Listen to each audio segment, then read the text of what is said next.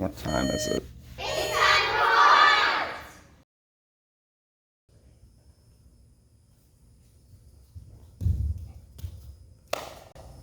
Second and third grade, welcome back. We have been studying animals and their habitats, mostly the habitats, for the last 3 assignments. Today we're going to get down to the nitty-gritty. We are going to sculpt our animal out of clay this week, and we will paint them next week after they've been fired in the kiln and take them home. The first animal I'm going to sculpt is the desert lizard, some kind of iguana. If you made your desert habitat, here's what I want you to do. I am going to take this clay ball, I am going to roll it, I'm going to tear off a little piece of clay, that's going to be its legs. The rest of the clay, the majority of the clay, I'm going to roll like a snake. I don't want to make it too skinny, I also don't want to make it too fat, so use your best judgment and roll it just right. I'm going to curve mine, make it kind of S-shaped. I'm going to add a face to one end and make sure his tail is pointy on the other. I will add the legs to the bottom of the clay lizard. Make sure that you smooth them in, rub them in really nice, and that would be perfect. If you made a desert habitat, you could also make a desert snake. I'm going to tear this clay ball in half. One half I am going to make the ground. I'm going to roll it like a circle and press it flat. Don't pound it flat. If you pound it flat, it's going to stick to the table, it's going to stick to the paper. You're going to have a hard time picking that up. It's really like a base, or think of it as a dinner plate. That's what we're going to put our snake on. Snakes are super easy to make, so I want to make this one a little bit more difficult. I'm just going to roll it out and make it as long as I can. And then on the base of the plate, I'm going to coil it back together. It's not just a snake laying on the ground, it's coiled up. On one end, I'm going to poke 2 eyes and 2 nostrils and maybe even cut a mouth. Oh, I'll put a smiley face on this one. And that is what my desert snake looks like. If you're one of my friends that made an undersea picture, I'm going to make a clay dolphin. I'm going to tear off extra pieces of clay to be the fins and the flippers, and the rest of this clay I am going to roll like I'm rolling a snake. Except I'm going to leave one side fat and one side skinny. Think of it as cone-shaped. On the fat end, I'm going to use my fingers to pinch, pinch, pinch, pinch around. I'm making a skinny little nose sticking out. This will be a bottlenose dolphin. And once you do that with just a teensy-weensy bit of imagination, it'll start to look like a dolphin.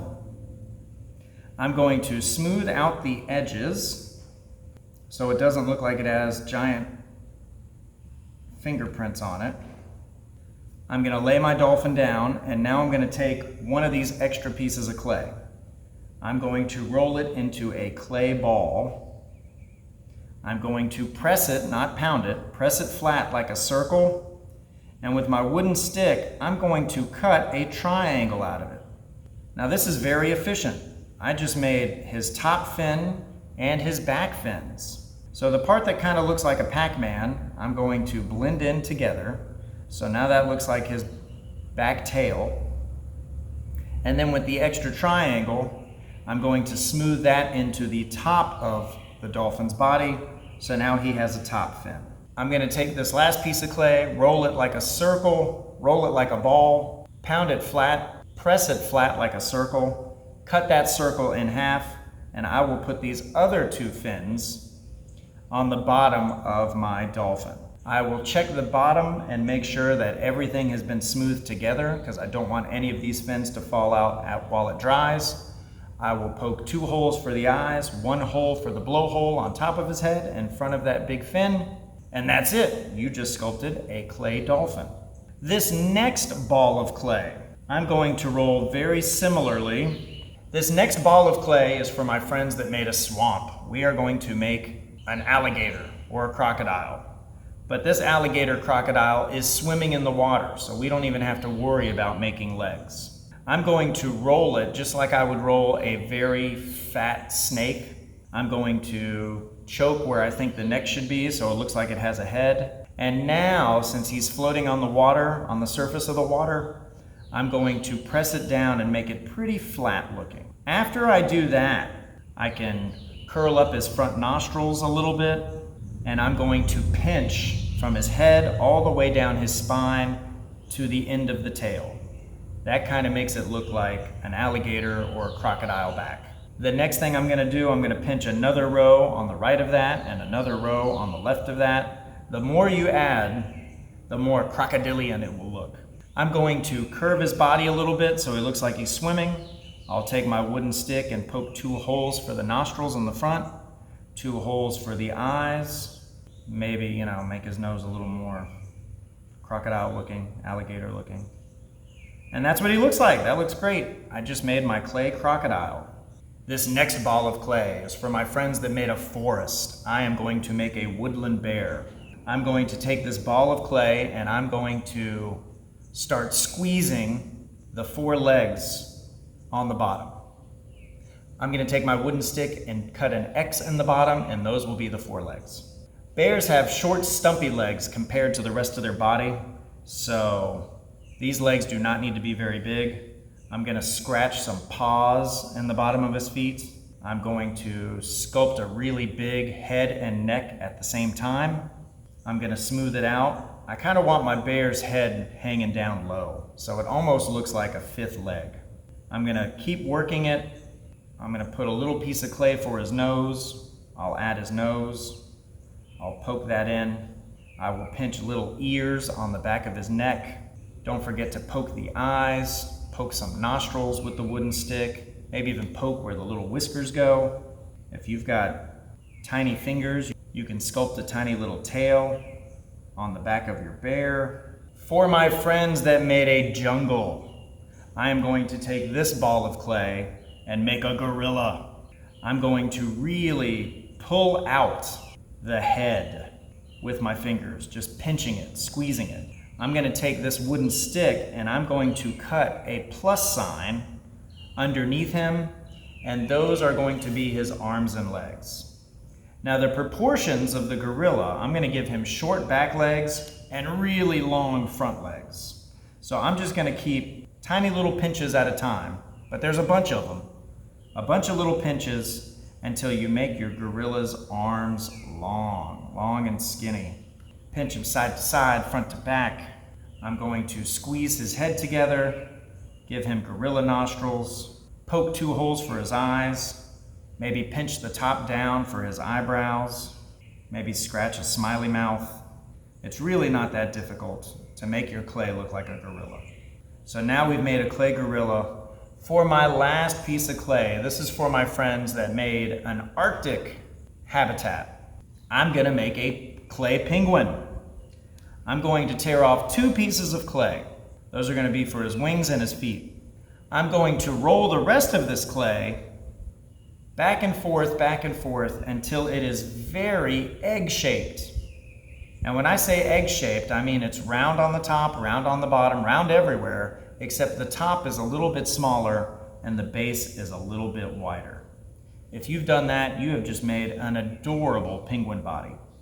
Near the top, not the bottom, not the middle, but near the top, I'm going to pinch Side to side, like I'm pinching my nose. That's going to be the beginning of his beak, but I'm also going to pinch top and bottom, side to side, top and bottom, side to side, until it looks like a tiny pointed nose.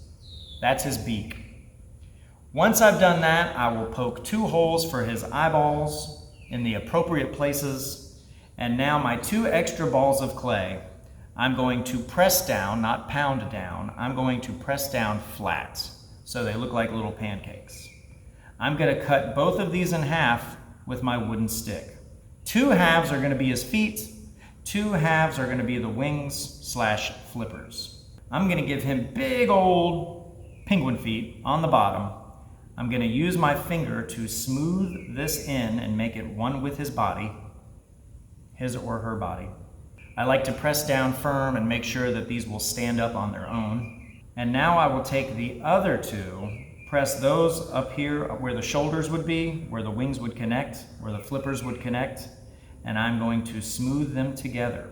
And just like everything, make sure that you scratch your name or your initials somewhere into your clay project so that you can get it back next week. See you later. Bye. Today's pro tip is finish what you start. This mural is just one big picture, and it's taken us all year to complete. And if I thought about that at the beginning, I might not have started it. It seems overwhelming. But if you do a little bit and you chip away every day, eventually you'll end up with this. Ta-da! A lot of times an art project can seem overwhelming at the beginning. Whether it's a tiny picture or a portrait or a landscape or a mural. But what you want to do when you feel overwhelmed is break it down into smaller parts. Break it down into smaller problems that you can solve. We did that with this project. Trust the process.